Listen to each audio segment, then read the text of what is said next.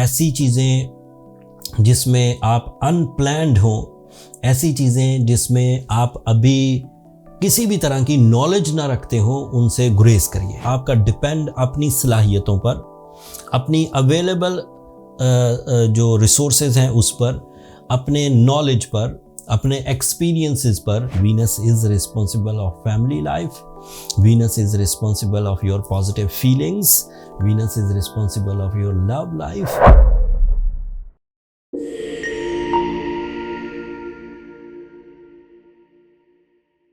अस्सलाम वालेकुम पाइसियंस, मैं हारिस अज़मी, प्रोफेशनल एस्ट्रोलॉजर, आपकी खिदमत में हाजिर हूँ इस हफ्ते की एस्ट्रोलॉजिकल रिसर्चेस लेकर। ये वीक 21 ऑफ जनवरी से शुरू होकर 28 ऑफ जनवरी तक चलेगा।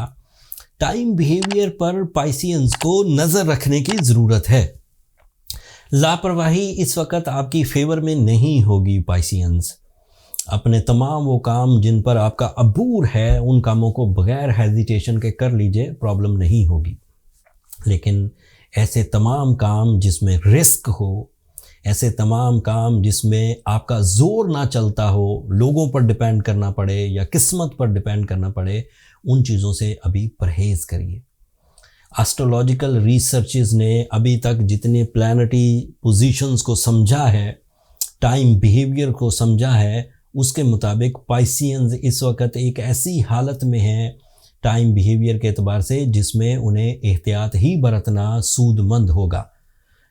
ऐसी चीज़ें जिसमें आप अनप्लैन्ड हो, ऐसी चीज़ें जिसमें आप अभी किसी भी तरह की नॉलेज ना रखते हो, उनसे गुरेज करिए।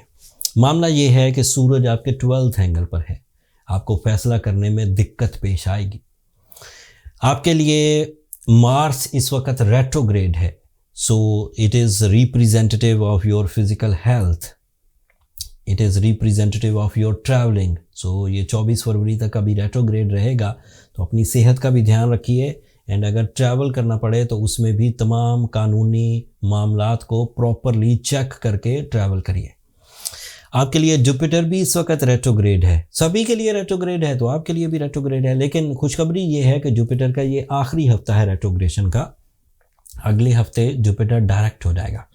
उसके डायरेक्ट होने के बाद कई तरह की गुड लक आप पर ऑन हो जाएगी, कई तरह के पॉजिटिव फेवर्स आपको मिलेंगी, लेकिन वो अगले हफ्ते की कहानी है। इस हफ्ते तक आपको मोहतात ही रहना है। सैटर्न आपके फर्स्ट एंगल पर है by western astrology, and this is time of Sadesati. You know, Saturn अगर फर्स्ट एंगल पर हो पाइसियंस को, तो साढ़सत्ती के फेज़ में से गुजरना पड़ता है। ये अलग से आपको रिलेशनशिप इश्यूज देगा। एंड इस हफ्ते अनफॉर्चुनेटली मरकरी भी 28 तारीख को आपके 12th एंगल पर आ जाएगा। सो ओवरऑल देखा जाए तो इस वक्त टोटल का टोटल आपका डिपेंड अपनी सलाहियतों पर, अपनी अवेलेबल जो रिसोर्सेज हैं उस पर, अपने नॉलेज पर, अपने एक्सपीरियंसेस पर, अपनी परफॉर्मेंसेस पर होना चाहिए। वक्त इतना अच्छा नहीं है कि सब ही चीज़ें स्मूथ चलें, आपका किरदार भी स्मूथ हो, आपकी फाइनेंस भी स्मूथ हो, आपके रिलेशंस भी स्मूथ हो, आपकी एजुकेशन भी स्मूथ हो, आपका कैरियर या आपकी सोर्स ऑफ इनकम या आपकी जॉब भी स्मूथ हो। कहीं ना कहीं कुछ ना कुछ उलझन पेश आ सकती है। इन सब चीज़ों से बचने के लिए जो एक सिंगल रेमेडी है, अफेक्टिव मोस्ट, इससे भी ज़्यादा सिवियर सिचुएशन को कवर करने की सलाहियत रखती है, वो है सूरह शम्स का 5 दफ़ा एक दिन में तिलावत करना। एंड दूसरा 10 कैरेट का नीलम ब्लू सफ़ायर पहनना in right hand ring finger.